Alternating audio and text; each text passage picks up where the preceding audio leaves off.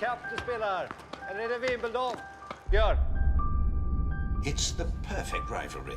The baseline player and the net rusher. Tennis är nog inte en idrott avsedd för alla skikt i samhället.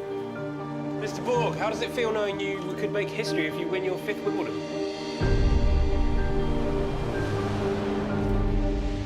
No special feelings. Känns fan inget bra, Labbe. The only thing standing between Borg and that record is you. You and Borg are as different as two people could possibly be. Is he backstage or something? Is he gonna like jump out of the cage? McEnroe is the bigger talent. But playing Borg is like being hit by a sledgehammer. Vad vill du med tennis? Bli bäst. Bäst i Sverige. I världen. How do you respond to McEnroe's comment from before the tournament that Borg the machine will soon break down? I'm just like anybody else. I'm not a machine. Det finns inga lätta matcher. Men folk verkar tro det. In i skiten, Björn. Du är en stjärna, Björn. Det är inte lätt för någon av oss, Björn. Question, jerk off, answer the question! The ball was on the line! Chart floor below! You don't understand what the fuck it takes to play tennis. Shut up! But people You know I go out there and I give everything for this game? Everything. Everything in me gets left out on that fucking court. And none of you understand it because none of you do it. Den där ilskan och rädslan. Paniken som du känner. Jag ska in i världens lag. Här inne, Björn. Här inne.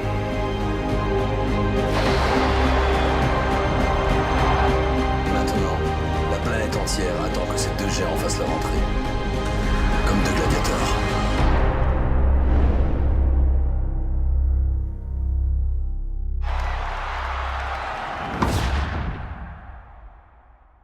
So hello, we're here with Sverrir Gudnason and Janus Metz for the movie Borg McEnroe. And the movie is going to be released November 8th in the French part of Switzerland. So thank you for coming here. Thank you. And so last night it was a premiere because your movie opened for the 13th Film Festival of Zurich with the presence of Roger Federer, another icon.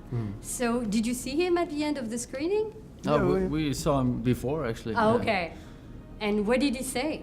Because he could relate a lot to Yeah, this I movie. think it was quite interesting because, I mean, first of all, he liked the movie and he thought that tennis was good. So that's important. I think we can't get a better blueprint than that.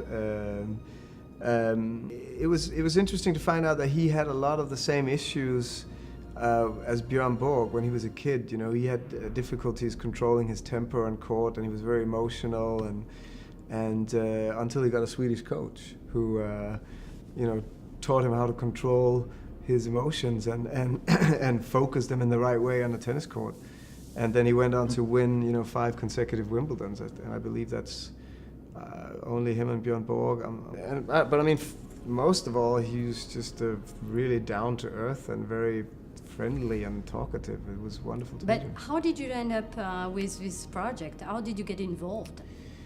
I got involved on the basis of a script that was sent to me by the scriptwriter and the producers, and it landed on my desk, and I thought Bjorn Börg versus McEnroe, and I thought, you know, I'm not Swedish, I don't have any particular interest in tennis, I'm not American, why would I want to make this film?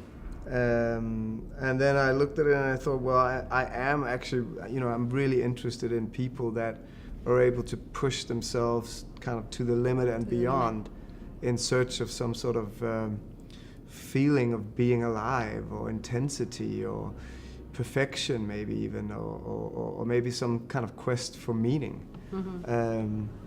And when I read the first pages of Ronnie Sandell's script, that was what came off the pages, that kind of story. You know, it was a psychological drama or thriller even that transcends the world of tennis.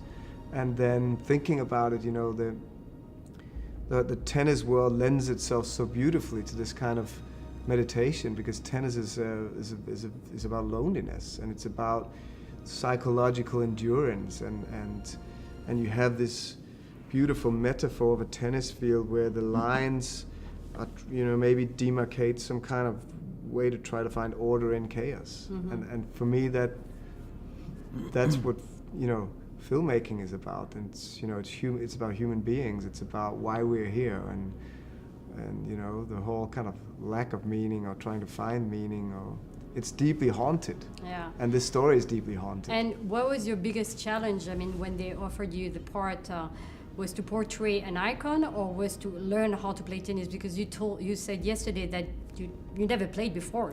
Well, I guess I have to answer to portray an icon, because he was a tennis player. So it was both actually in that. I took the physical way from the beginning. I had to just start playing tennis immediately. Played for 6-7 months with a coach, 2 hours a day, and changed my diet and had a personal trainer, all that, and just got the discipline of an athlete, and that also helped me find the psychological keys to Bjorn Börg. And portraying an icon or a legend like that, the Swedish hero, of course, it's scary, because people are gonna judge you, of course, on how you perform. But it was too interesting to turn down. And I have a technical question, because I'm a tennis player. You learn with wooden tennis racket? I played the first month with a modern racket, then I switched to the Danois Bjorn Börg 1980s racket That he was playing with at the time. Yeah, the one, and I kept that for the rest of the period, and so I played with a wooden racket, and I learned his style of playing. So when I play tennis now, I'm still stuck with his backhand. And the son of Bjorn Börg played in the movie. How did that happen?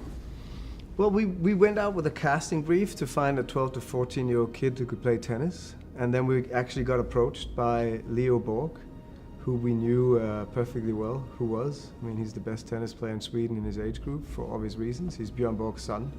Immediately, because I thought, now Bjorn Borg wants to control the film. Now we can't make our own movie. He's going to come and tell you what to do. Yeah, but Leo, I mean, joke aside, I mean, Leo is such a, his performance doesn't lie. I mean, that's Bjorn Borg's blood right there in the movie, and you can't really buy that.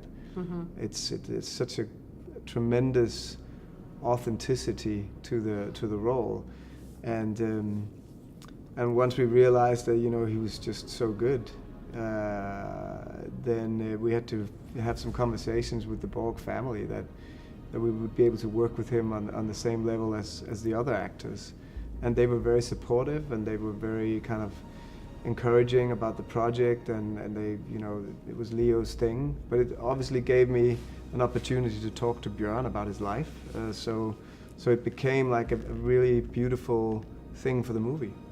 And from a technical point of view, to shoot this final, the game, was it very hard? I mean, for you, because it's just back and forth, the same shots. Yeah, it was hard for the cameraman because he had to run back and forth the same speed as the ball. No, you break it down in sections and find a strategy of how to shoot it. We treated it very much like an action film. And but obviously it was the biggest sort of, I would say, technical and logistical challenge for the movie, and I think also to get the guys in shape and to have a whole system around it. We recreated some of the actual moments from the real match.